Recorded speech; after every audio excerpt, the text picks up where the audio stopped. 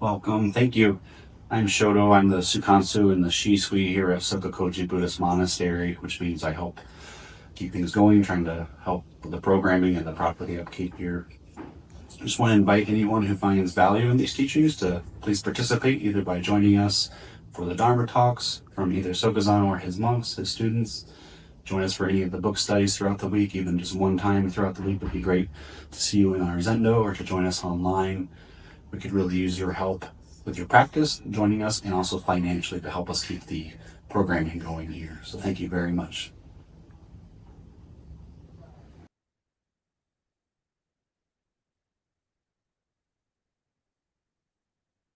Good evening, everybody.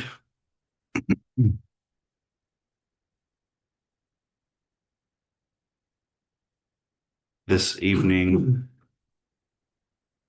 I'll be going into a talk in Sokuzan's book, 60-Second Sokuzan, called Confusion Knots.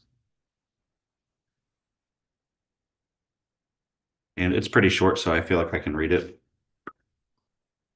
So it's number 8 in that book. And we read this every Friday, so we've been reading this for a number of months now. So this one goes, rather than look for the cause of the confusion, you have to look at the confusion directly. If you just observe it, then if it starts to turn into another shape, another texture, another emotional dynamic, you will be right there, watching it do that because you are watching what? The movement. You're not in there trying to stop it. If you are really looking at confusion, you won't even know what it's called. If you do, you're beginning to step away, back into the conceptual area. And there again, you may have to watch yourself spontaneously or impulsively jump on board something that seems to be correct about the confusion. What is being recommended through the sitting practice of meditation is that you are training yourself to see what this is fundamentally. Keep it as simple, as radical, as minimal as possible. Hold still, sit symmetrical, and observe whatever is moving in any of the sense fields, including the mind.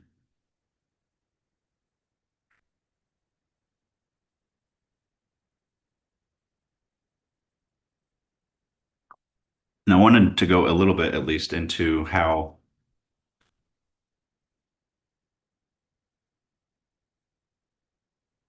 I feel like this is a good way of describing how forms are taught here at the monastery. There's a very specific form that we return to. And by forms, I'm being pretty literal here. Like the practice forms, there's a way to lead the chants, there's a way to offer the incense. It's all very ceremonial and prescribed. And how Sokuzan has the teaching of, and it might be Trungpa's teaching, um, to respect people's confusion. And I can see how, just in my perception over the years, that's been really powerful with, and like it said here, you might have to watch yourself interrupt that or correct somebody or correct our own confusion. But seeing how it said that the confusion and clarity arise together.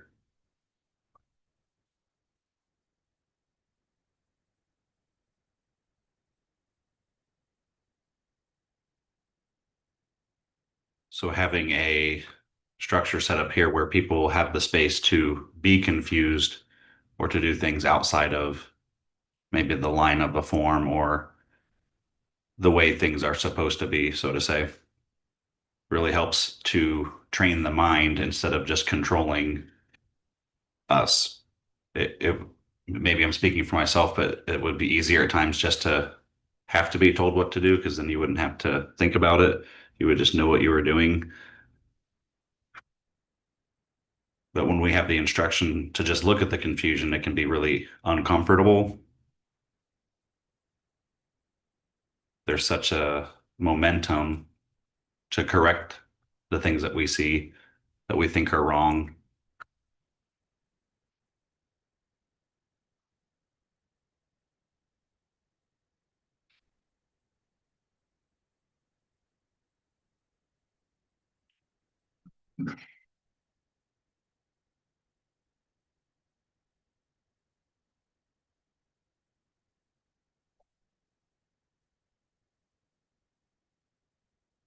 So what is it about watching the confusion take these other shapes or textures without trying to correct those shapes?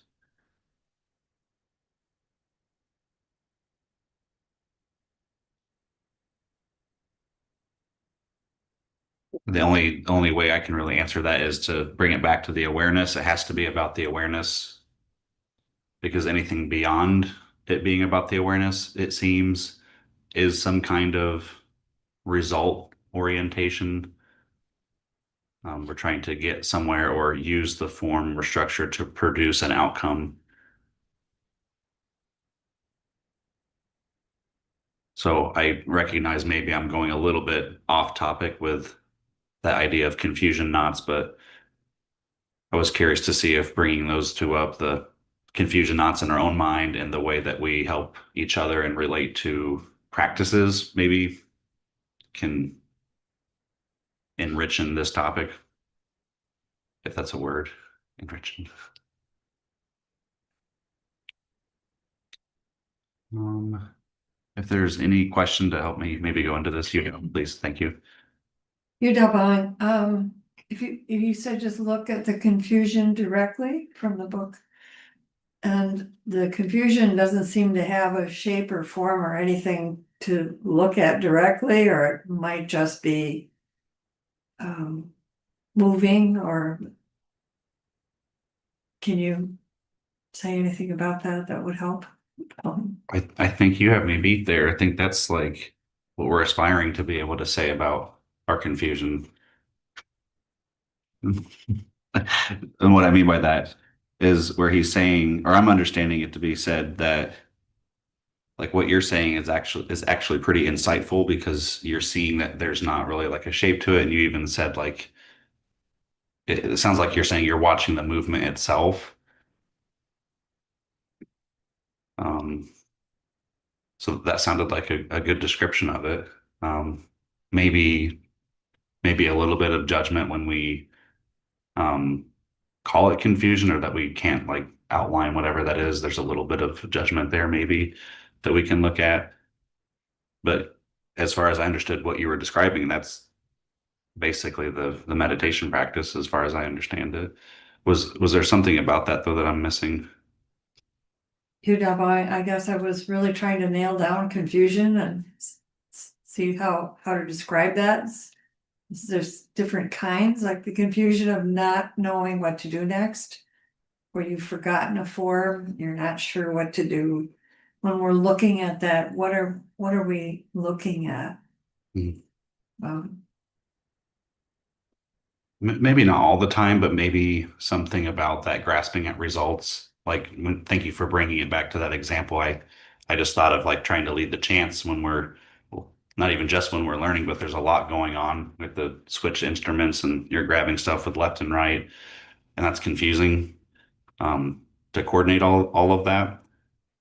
And maybe this is where you're going at, but I have an intense fear that can come up when I really like lose where I'm at on the page and I can't vocalize anymore. So now I'm out for a sentence or something. So it's a lot of embarrassment.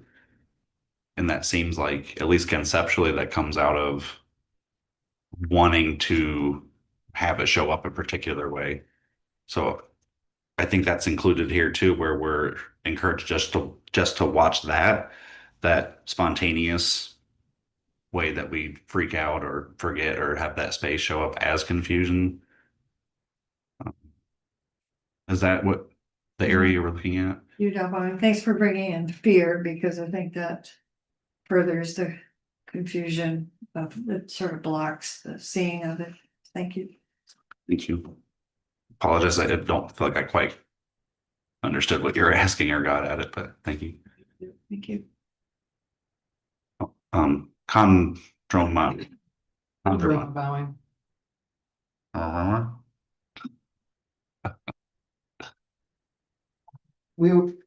It came up today in book study, the idea or Sokuzan's fist, when this is the knot. How does that knot, and does it loosen or come apart? It's a good question.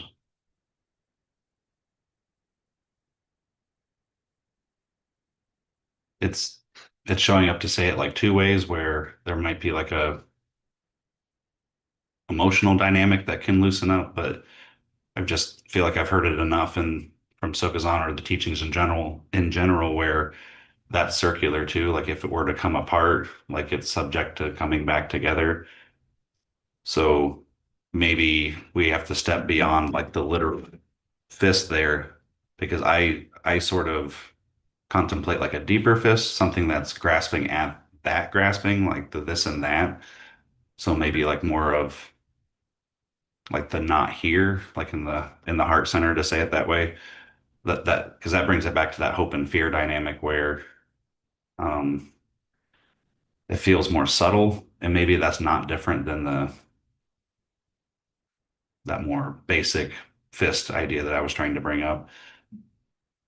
So it seems like it can go away, but I can't help but think of that idea of you won't care how you feel, which seems to be both disappointing but even more spacious in a way because you're not subject to having to have the hand be open all the time for you to be happy.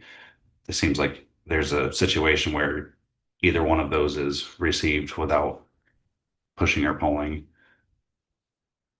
So it sounds like that there's something like that that can be talked about that way. Chandra bowing, what exactly is the knot? What is it? Does it represent? Or is it something literal? What exactly is it? I don't know how literal it would be, and maybe for some people it shows up more like that, but I can only really speak for what it brings up for me, which is more like pointing here. There's some kind of sometimes it shows up like really physically, like we're just ignoring this, like we get afraid and it's like you don't want to look here. Something gets scared and there's like your heart, like for me, my heartbeat goes up and I'm embarrassed about that. So I don't want to see that I'm scared. So there's like this doubling up on the fear and it really looks like there's, and again, maybe this is just my experience of it, but trying to ignore that scared area. Chandra bowing, so is confusion or the knot of confusion really our reaction to something that's something that is showing up that we don't like? Bowing?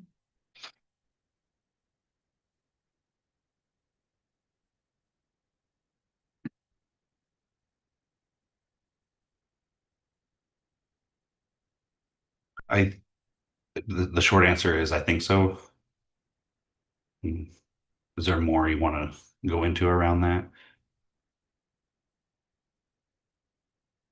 Chandra bowing, I think uh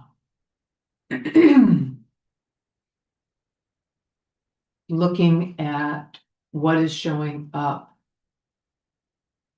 doesn't necessarily create knots. And you talked about like some emotions or feelings in reference to that knot. And so I was just trying to understand,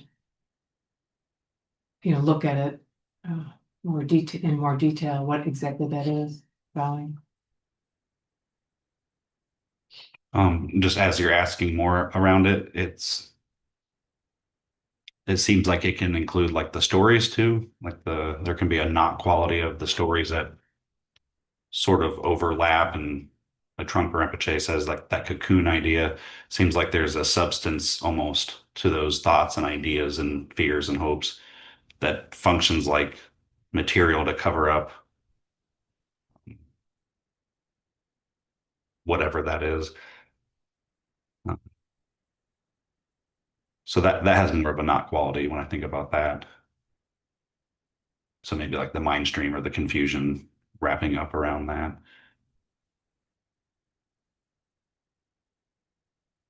Chandra bowing. So when we look at that directly. What is actually happening with that looking, bowing?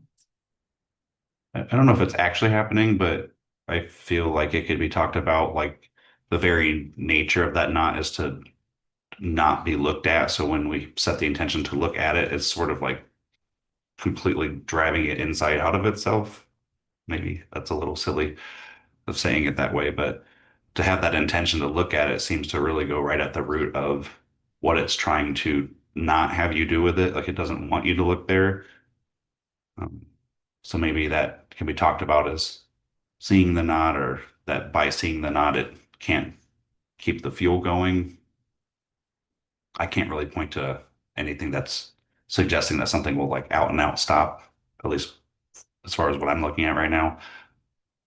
But being able to begin to look at those areas where we do have like an active close down and start to have some curiosity or practice, maybe practice looking at those on the cushion.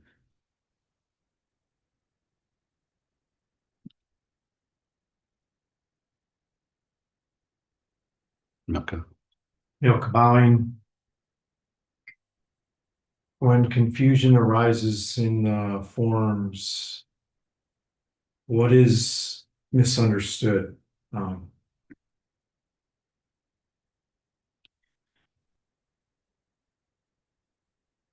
You didn't ask it this way, but what I was curious to go into, and maybe you can stop me if this is too far off, but like how we see that in others and ourselves. And because I know I have a tendency, my first reaction to a lot of stuff is to correct or see people as doing stuff right or wrong, even though from the ground up, that's not how forms are even taught here. So it's like 100% something I'm bringing to the situation and judging confusion. So it seems like if that's arising here in our own uh, like critical or self-criticism or criticism of others, there's some kind of standard being held, like as if the forms being done super tight was right or more beneficial or something better was happening because of that. But it's really just um, more of like a petty situation when that comes up, I think. Is that the area you're asking about?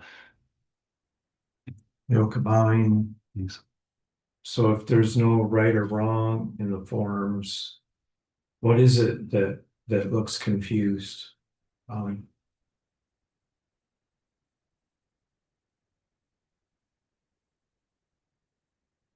not sure if this is where you're at, but it feels like there might still be confusion that shows up, even if it's not about right or wrong. Like there's still an area where, and again, maybe I'm not where you're asking about, but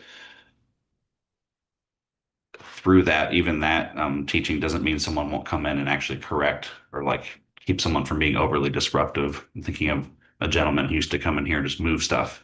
Like we have to just give him an assigned seat when he got here and just tell him to sit down. So maybe that's, again, I'm not 100% sure where you're at with the question. If you could maybe just ask that again.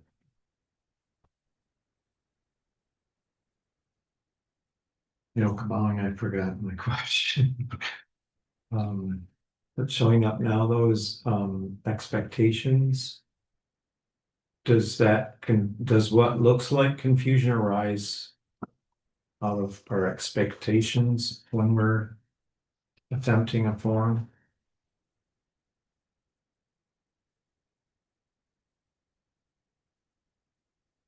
I think so. I don't know that it's like something super definitive or final to say it that way.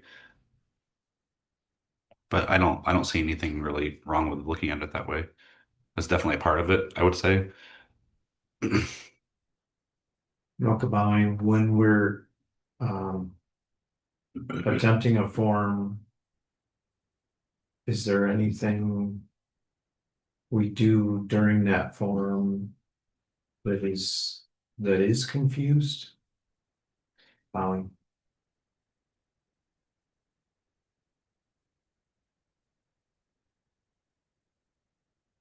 I think so, just in the sense of that the confusion and wisdom have to arise together, that we're not confused.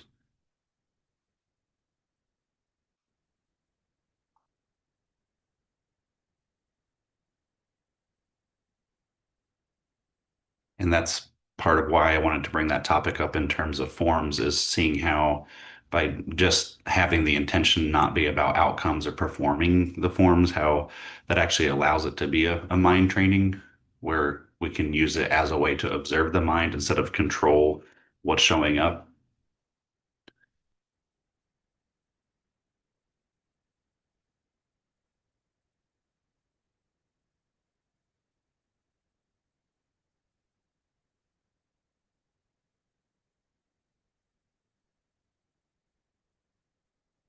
And thinking just pretty literally with the practice forms here, no one does them perfectly, even if like the way we're training stuff, if someone from Japan were to come here, none of us speak Japanese, like we'd probably be corrected more than we would be told that we were doing something quote unquote right, which is I think part of the inspiration of Sokuzan establishing the Order of Immediate Light is to protect the fact that this is how we're doing it here. This is a unique order, and it's not to disrespect or pull ourselves out of anything else, but it's maybe just some self-awareness as a monastery that this is the way we're doing it. Is there anything else that you say around that? That's appropriate. Okay. Anything else on that? Thank you. James, and then Jishin. I saw you had one too. But go ahead, James.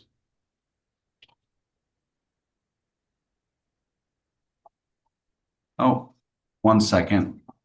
I'm not hearing you. It might be us though.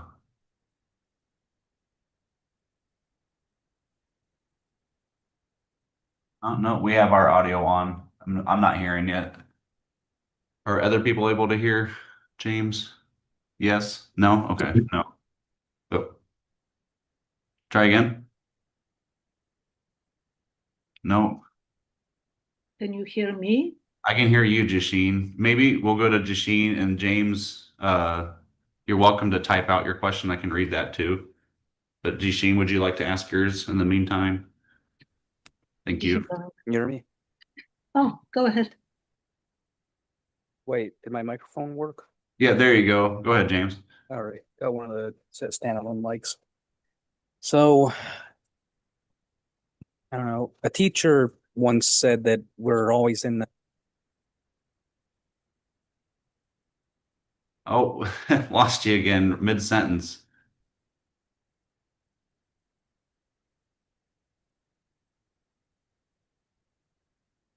No. Why don't you type it out for Uh, now? And then Okay. we'll go to Jisheen. Sorry about that. Yeah, go ahead, Jisheen. Jishin Daming. I would like to return to Kandrama's question about what is happening when we are looking at the knot.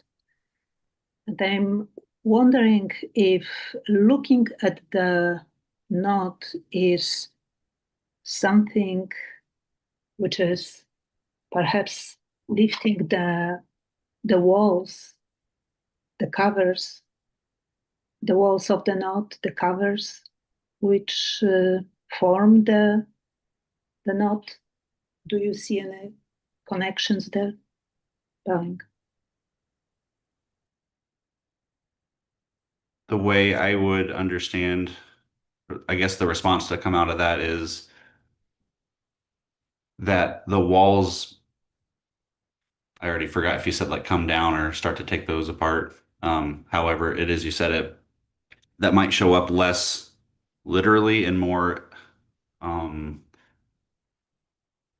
seeing that those walls never separated anything. So we're not trying to make the thing show up differently, but like with that, the way I understood Condrama to be asking what I tried to say with it, and I got a little squirrely with the image, where by looking at it, perhaps it takes its efficacy away because we continue to jump away from that knot, and it's like that conditioning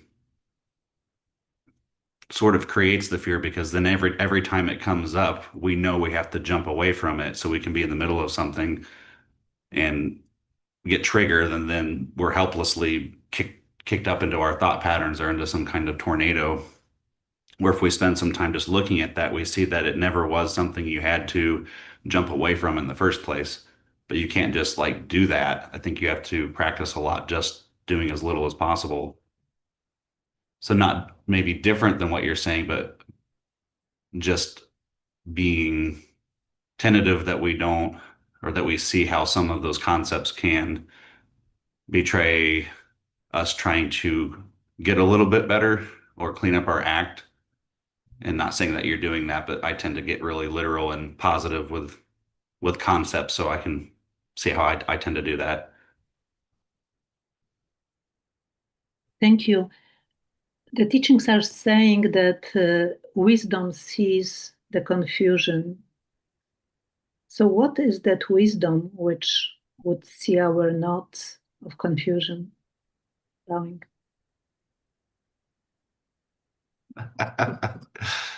Sogazan had the answer. Did you see it? Oh, does that pass as my answer? I was waiting for your answer. You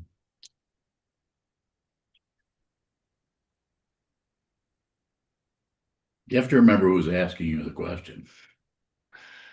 The answer I had that came up was the wisdom isn't anything special. It's not different than your ordinary awareness. Like when you woke up this morning, it's that.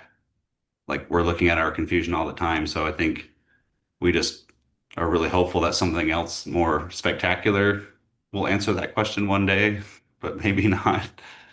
It's just our, like if it's our basic nature, it's just who we are all the time, and you don't get any credit for that. Like you're not going to be more of that than you were the first time you woke up ever. Thank you. I have one more, but I will leave space for James, and if there is time, I will ask another one. Bowing. Okay.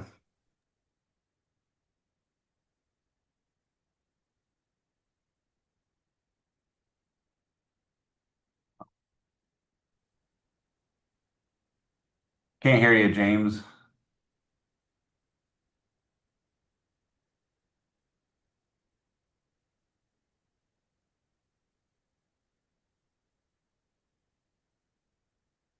Yeah, sorry. Like I said, if you're able to type it, I'm happy to read it and go into it that way. Sorry you're having difficulties. Anybody else have one in the meantime?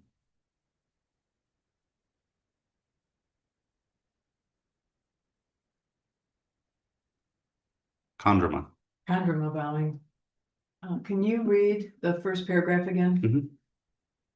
And the title? I can't remember the title either. The title is Confusion Knots.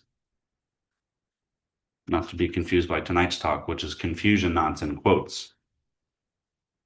It's a little different. So I'm not sure where you mean by paragraph, if you just want to turn it to stop. Just Okay. that much? Okay. Like a paragraph and a half. So number 8, confusion knots. Rather than look for the cause of the confusion, you have to look at the confusion directly. If you just observe it, then it starts to turn into another shape, another texture, another emotional dynamic. You will be right there watching it do that because you are watching what? The movement.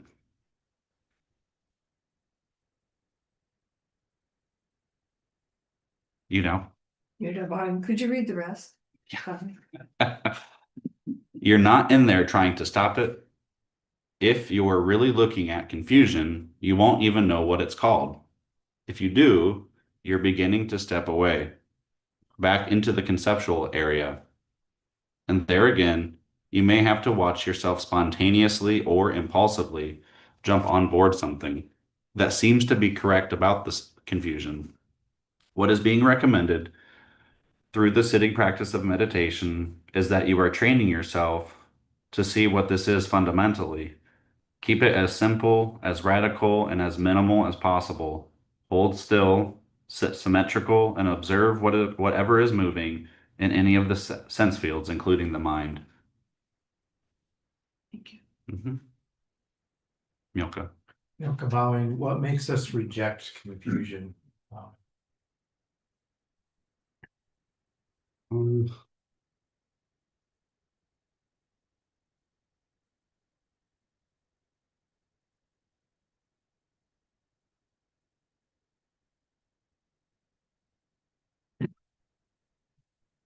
There's a couple different ways perhaps to talk about that.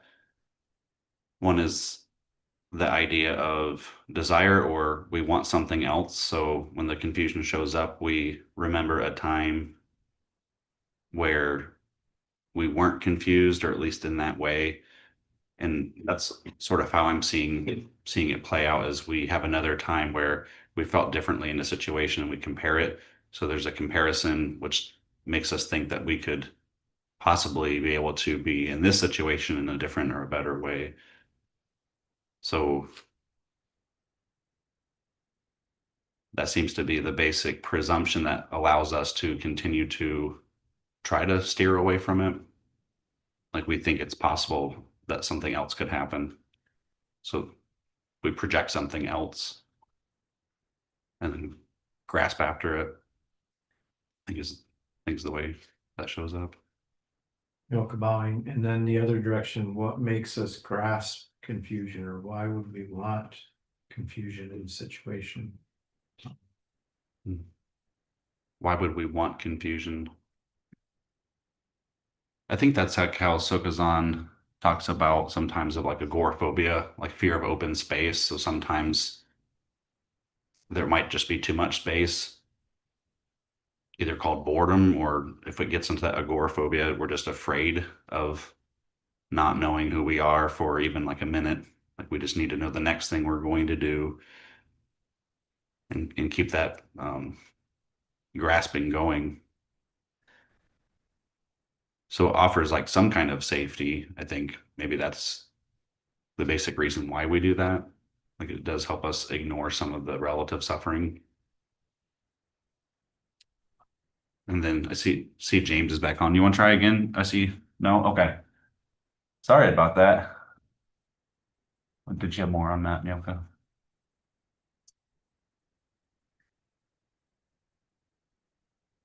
Oh, thank you. Kondroma bowing. What is not confusion?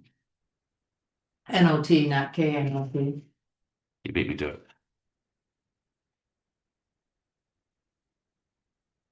Probably more confusion. What is not confusion?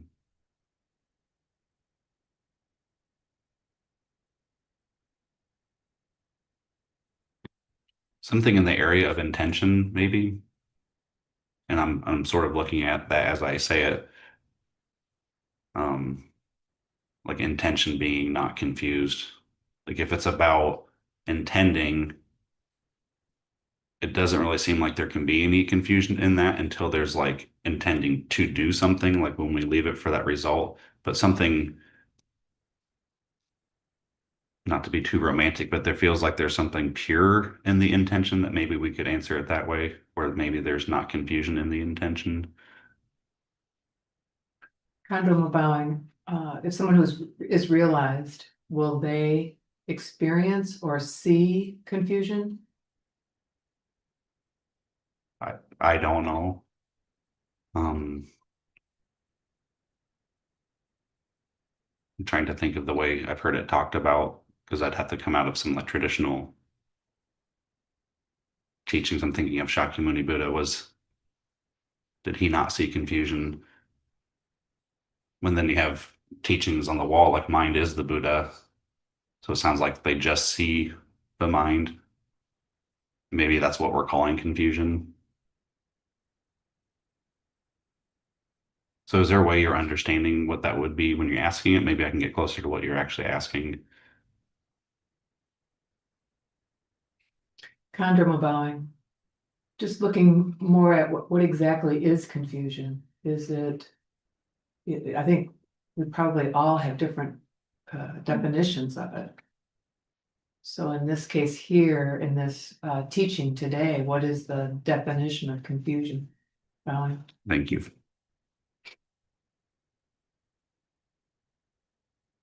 And just as I'm considering even that, it's just so helpful to have a question like that to bring us back to how you almost can't even ask the question because we don't even know what words we're talking about.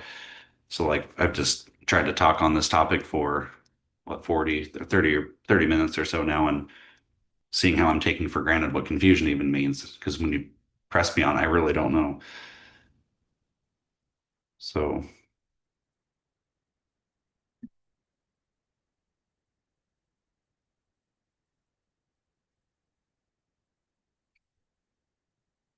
maybe maybe I'm understanding something here where confusion's an area we're not clear about and we're trying to do something with it as if we did see it clearly or there's something like not examined about it like we're taking something for granted or ignoring something. It feels like there's a like an area there to talk about it, but then maybe more subtly it's the label too, just even calling something confusion, there's some kind of judgment or um I don't know if it actually holds something in place, but it seems to cover it up enough where it's like that idea of a feedback loop. We're calling it confusion, and then it starts to do what we think confusion is, and then we're just not seeing it and continuing to fiddle around with it, making it more confusing. What is the fundamental foundation of confusion? Is it fear? More fundamental. That's a description about it. What's more fundamental? Belief? In what? A self? And what else? An other? You got it. Oh, James comes in with his voice to it. Yeah. so, James Bowing. Oh,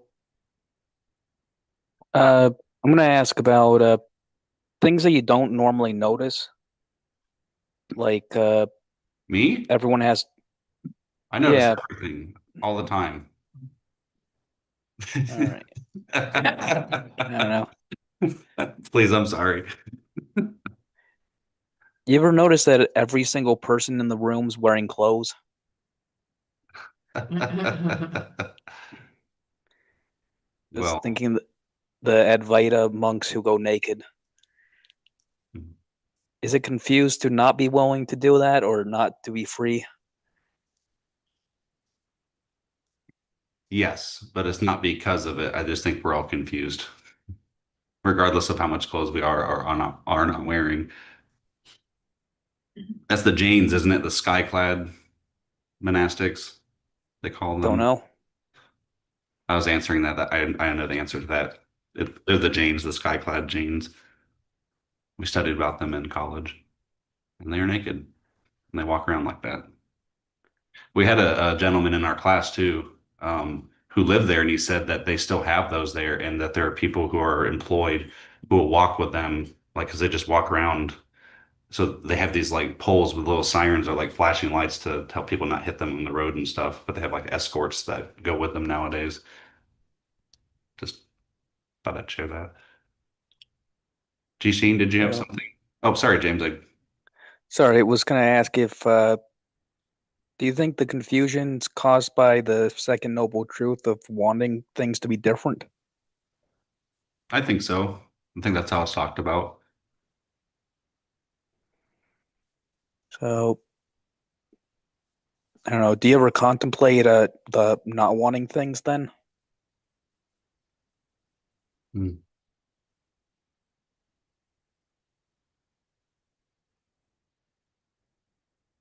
Maybe a little bit.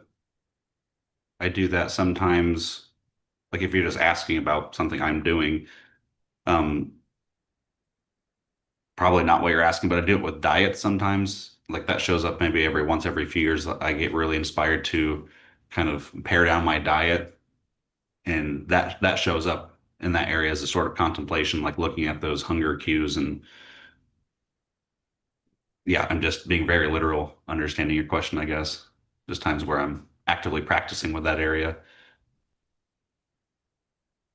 But I know Sogazan's had people. I've had different words too, where there's not a whole lot of active contemplation practice, but you might write a word down on an index card and sit for an hour and then pull that card out for a couple minutes and look at it and then go back to sitting just to take a look at that concept. Do you think that helps you concentrate? No, I can't concentrate very well. Okay. But thank you for your questions. G-Sheen, did you have Thanks. something? Yeah, thanks, James. Before we closed. Jishin Bowing, I was going to ask the question based on something which you said during the talk, which was about if we know what we are doing, is it still a confusion?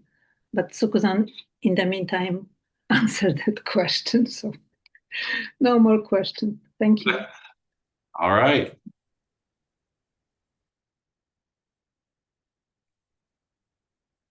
I think we can close. Thank you. Thank you, Sokuzan.